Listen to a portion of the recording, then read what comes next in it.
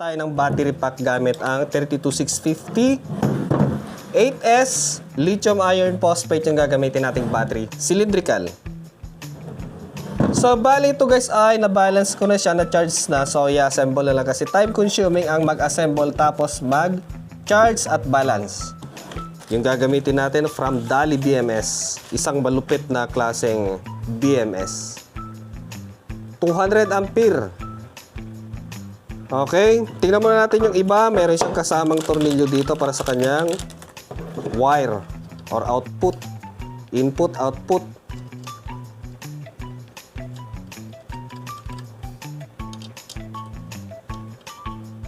Tapos, wire. Ito guys, ang lalaking wire. Tapos, ang maganda nito guys ay silicone siya. Silicone yung kanyang balat. Yun. May kasama ng lugs. Then, additional Bluetooth connection or Bluetooth module.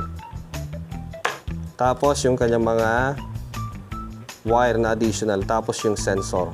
Temperature sensor. Okay, bakit meron siyang mga sensor? Kasi guys, meron siyang fan. You know. Hindi siya design. Talagang fan. Para kung mainit yung battery or mainit pala itong ano, ito pala. Yung BMS, palalamigin niya. Ito yung in at out. Ito yung kanyang heatsink. May heatsink pa sa ibabaw. Tapos, ito guys, ang maximum niya ay 200 ampere. Tapos, yung kanyang charge current ay 200 ampere. So, napakalakas. Discharge current ay 200 ampere.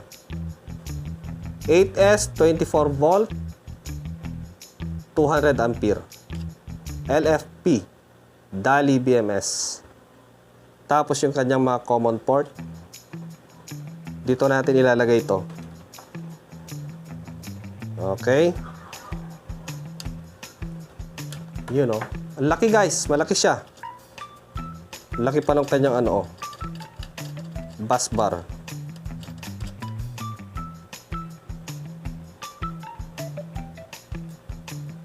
Aluminum lahat. Aluminum to, aluminum, tapos zinc. Wala siyang plastic. Oh, metal din tong ibabaw niya.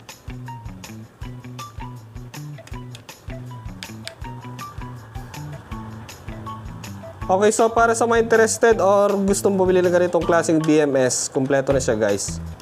Nakalagay po sa description box. From Dali BMS. So, ang BMS kasi ay always negative output siya. So, malapit siya palagi sa negative. So, ngayon, ang format niya ay nasa ilalim yung positive. Andito yung negative, malapit sa ating BMS. Check natin. Positive, negative. Okay. So, ngayon, positive ulit dito, tapos negative. So, dito tayo maglalagay ng connection para sa kanyang BMS. Malapit. Huwag tayo maglalagay sa positive side kasi nga malayo. Tatravel siya malayo. Always palagi yung BMS malapit sa negative.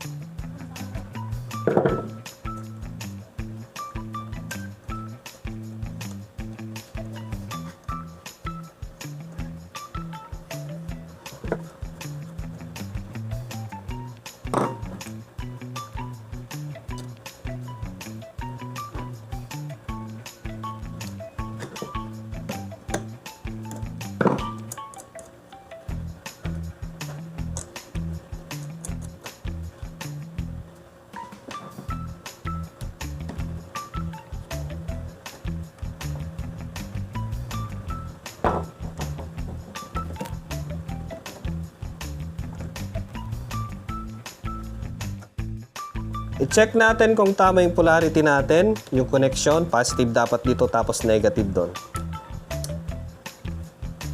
Tama. 12 volt tapos 24 volt. 26. Okay. At positive. Kahit mababang ampere, delikado pa rin yun. Kaya mas maganda, mas safe, maglagay tayo ng marking.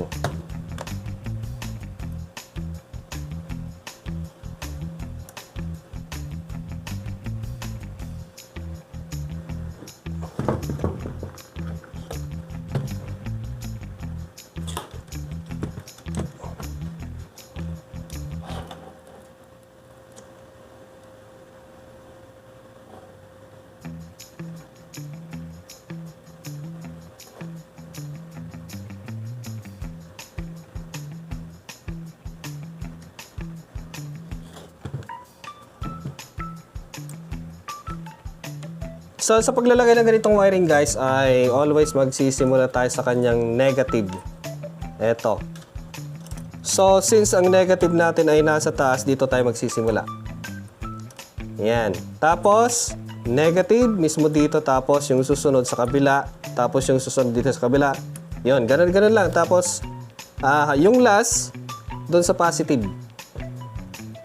Okay, so madali lang guys.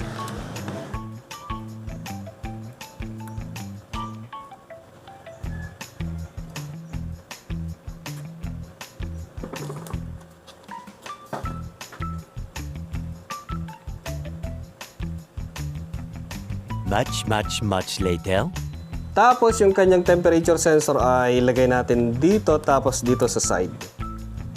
Tanggalin muna natin to.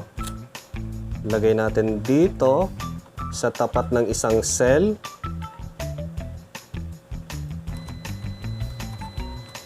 Tapos dito naman sa kabila yung isa. Yun. Kailangan may allowance kasi nga ilalagay nating BMS para may lipat-lipat natin ganun.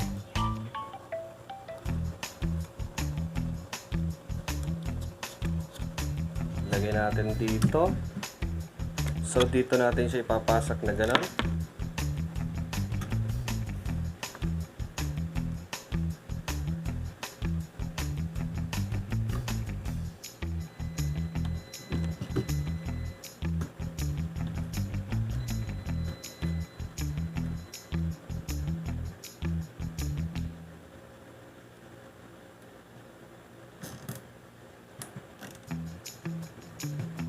Dito natin ilalagay yung kanyang temperature sensor dito sa NTCA. Sakto naman siya guys, so hindi siya pwede sa ibang socket. Yan. Tapos, dito natin, mamaya natin ilalagay pagkatapos natin ilagay yung kanyang wiring dito na malaki. So, negative, eto guys, sa B negative, tapos yung kanyang charging at discharging output wire ay eto, P negative.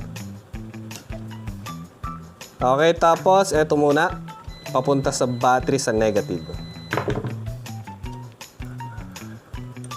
Ganyan.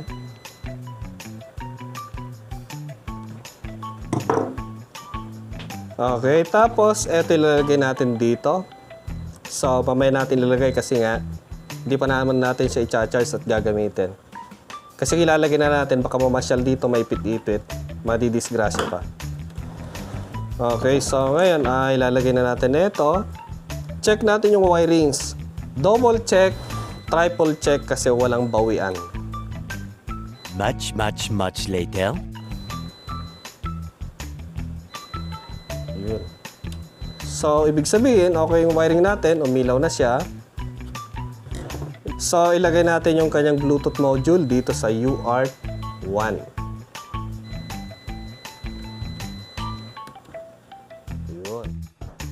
So, i-check natin guys kung active na yung BMS ni Dali. So, i-check natin dito sa mismong battery. Dapat parehas dun sa output ng BMS. Baliktarin natin para accurate tayo. So, ito ay 26.28 or 26.2. Papasok sa BMS. Try natin dito. Pero sa tingin ko guys, mostly sa mga BMS, smart BMS ni Dali ay active na siya pag nilagay natin yung mga sensor niya. Okay, since nakita naman natin nung nilagay natin, umilaw na kagad yung kanyang LED dito. So meaning, active na siya. Pero check pa rin natin.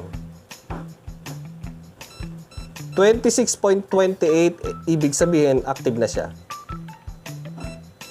26.29 or 26.28, 27, umiilaw siya. Okay, so ayos na ayos. Tapos, para may check natin yung mga parameter niya or iset natin, i-connect natin via Bluetooth. So, pindutin lang natin dito. Tapos, i-connect natin sa Bluetooth. Open natin yung Bluetooth ng device natin. Tapos, i-download natin yung Dali BMS galing sa Play Store. Pindutin natin kasi meron na siya. Huwag natin kalimutan pindutin dito para ma-active yung kanyang Bluetooth device. Local monitoring. Ayun, active na siya. So makikita natin dito yung volt per cell. 3.2 lahat ng cell. Tapos yung parameter dito, pwede natin siyang i-customize. Life of 4. Rated capacity, pwede natin baguhin. Tapos, dito pwede nating patayin or i-disengage yung BMS. So, kung tinatamad tayo patayin yung inverter, pwede sa Bluetooth direct sa BMS. Okay, subukan natin. Discharge switch. Mostly dito ay 1, 2, 3, 4, 5, 6. Try natin. Ayun. Ayun. Okay, ayos na ayos. Tingnan natin kung namatay yung kanyang output. Check natin. Ayun, namatay na kasi naging 19 volt DC. So, yung isang wire niya pwede nating ilagay dito. Tapos, kung meron pa tayong ganito, ilagay natin sa positive.